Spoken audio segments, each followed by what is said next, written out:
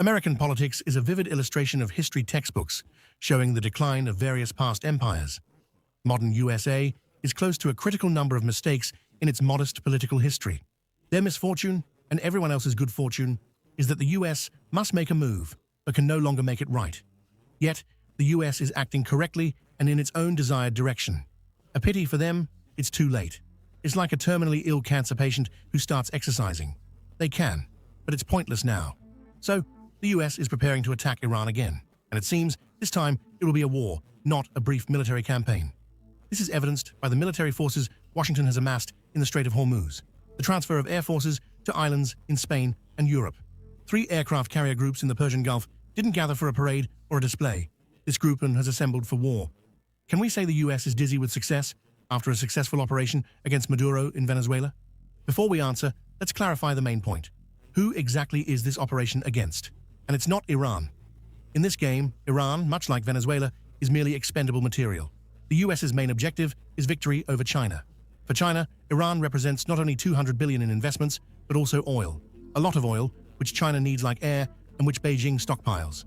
According to publicly available data, China already has oil reserves for more than 100 days of a full energy blockade, approximately 2 million barrels of oil. These figures are approximate. No one truly knows how much oil is actually stored, except the CCP Central Committee.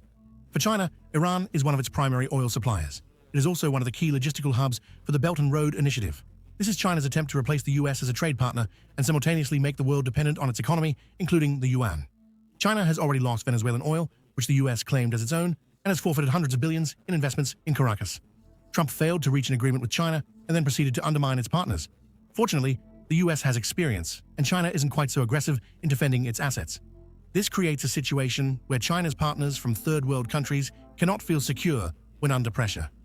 You can talk all you want about property rights and international investment protection, but all of this only works when a state is truly prepared to use military force to protect its own interests. China traditionally tries to avoid the use of force, instead relying on a gold-laden donkey, but only in full accordance with the Iron Rule. I take all. It doesn't make things easier for weak nations. No one wants to end up in a morgue, like Gaddafi, or in prison, like Maduro. If you're going to play and lose, then after defeat, one would want to play video games in Moscow City, like Assad. The third world doesn't understand if China can provide the security level required to stand against Washington in Beijing's orbit. This is what makes Iran, the Middle East, and Africa nervous. It also gives the US hope to play on their nerves. If that works, and if it doesn't, to try and force them out. It worked in Caracas. The president was seized, 100 people killed, and they made it clear they were ready for war. The Chavistas who remained in positions of power surrendered. However, Iran is not Venezuela for many reasons, including geographical ones. If Venezuela is truly the backyard of the US, where Moscow and Beijing are in a vulnerable position, in Iran, the US is vulnerable. Communications are stretched, logistics bases and routes are too far. The national territory is in fact on the other side of the globe, and Moscow and Beijing very conveniently scheduled their military drills in the Persian Gulf, where BRICS warships are currently on duty. As we said, when the US moved its carriers to Venezuela, such preparations won't be in vain. The weapon must fire, after which a crossroads begins, which is almost impossible to predict, but it can be outlined. The main domestic political factor for the US is the congressional elections.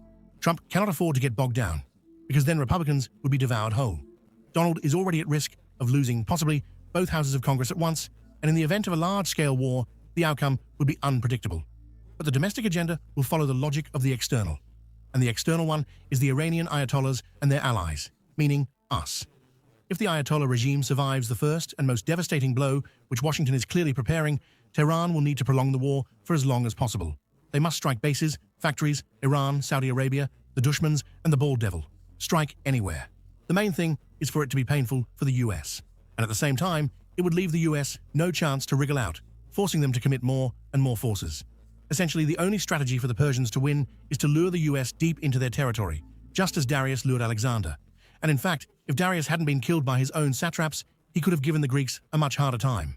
Lastly, as the recent war with Iran and the US showed, Iran's #1 problem is treason, rampant throughout the Persian Empire. Even the chief intelligence officer who fought Jewish spies was a Jewish spy. The Ayatollah regime could be overthrown by an external strike and internal betrayal, especially since Trump might have had the illusion that this was possible. Ultimately, just 2 years ago, it seemed Iran was at its peak strength, but it first loses in Syria, then Lebanon, and then allows attacks on its own territory. Moreover, its air and missile defenses are paralyzed. Their president dies in flight on an old helicopter when Moscow, an ally, could have supplied newer equipment. But Tehran continued to use old Western models. On the one hand, Iran has suffered too many defeats and has weakened its standing in the eyes of its neighbors, which for the Middle East is virtually instant death. On the other hand, China needs Iran alive and well, as its own oxygen supply is being cut off wherever possible. China is unlikely to get involved openly, but it will need to provide substantial covert support, making sure that this is clear to everyone. Otherwise, it will lose much more than just oil, investments, and logistical corridors. China won't achieve hegemony, not even a commercial one, because the world doesn't know what to expect from this monkey waiting for the outcome of the tiger fight in the valley. The world will side with the victorious tiger, not the waiting primate. Since Russia is currently occupied with the SMO, the timing for an attack has been chosen quite opportunely. The patron who is capable is busy, and the one who can pay, well, can pay absolutely anyone. The irony is that no one will sell, there's nothing to sell. Security isn't bought or sold. It either exists or it doesn't. And of course, it must be understood that all this will only be relevant if the Ayatollah survives the first and most devastating blow. The US cannot conduct an operation against Iran indefinitely. They are too far away. Military strategy requires them to strike in such a way that Iran is decapitated and paralyzed within days or hours. The downside is that this is a risk on the verge of a foul, but it completely fits the very essence of Donald Trump. However, there's one more problem. The element of surprise is now lost in Caracas. After Caracas, states' defense capabilities considered the factor of a maximally entrenched US, striking at country leaders directly without any sentiment. Before, they also struck, but used intermediaries in the form of proxy forces. Therefore, it would be quite normal if this word is applicable to US policy in general. So, the conclusion is this. For Iran, it brings nothing good because the country will be destroyed in any case, regardless of whether the US achieves success. Of course, one could be cynical and say that after years of sanctions against Iran, the state was already suppressed. Moreover, Tehran, as the capital, suffers from drought and overpopulation. The country needs a new capital.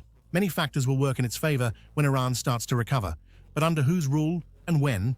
That's a question worth billions or even just dollars, as everyone tries to outlast the dollar itself. High-stakes games are dangerous because they're hard to predict. The US has major domestic problems, and in the West as a whole. These problems won't be solved by any victory, not even a victory over the whole world. Globalization must either be reformed or rolled back, but the world won't do it, because time has been lost. And this is exactly what Russia spoke about in Munich in 2007.